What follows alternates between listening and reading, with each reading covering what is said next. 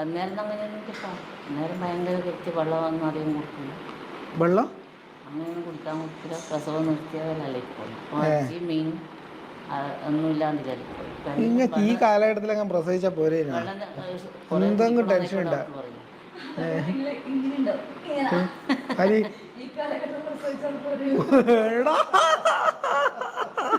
എന്തൊരു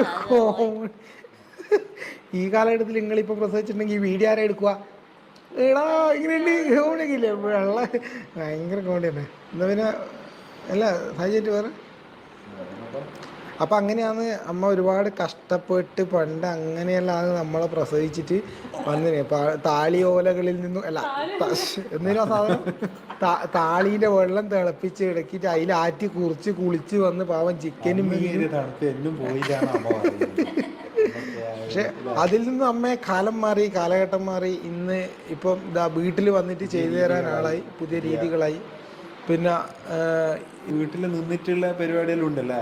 ആ വീട്ടിൽ നിന്നിട്ട് അവര് സ്റ്റേ ചെയ്തിട്ട് ഇതിന്റെ അതായത് തെറാപ്പിസ്റ്റ് നമ്മളെപ്പുറം എത്ര ദിവസത്തെ ട്രീറ്റ്മെന്റ് ആണ് അതിന് കണക്കായിട്ട് ഈ തെറാപ്പിസ്റ്റ് ഒരാൾ നമ്മളെ വീട്ടിൽ സ്റ്റേ ചെയ്യും. അത് നമ്മൾ കൊടുക്കണം. അത് പിന്നെ സ്വാഭാവികമാണല്ലോ. പിന്നെ എന്തായാലും വേണമല്ലോ. പിന്നെ തിന്നാനും കുടിക്കാനും. പറയട്ടെ, സ്ട്രെച്ച് മാർക്കിൻ്റെ ഒരു പാക്കാണ് കേട്ടോ ഇത്. ഇത് മുട്ടേൻ്റെ വെള്ളയും കൂടി മിക്സ് ചെയ്തിട്ടാണ് വയറിന് പുരട്ടുന്നത് കേട്ടോ. വയറിന് പുരട്ടുന്നത് കാണിക്കുന്നില്ല,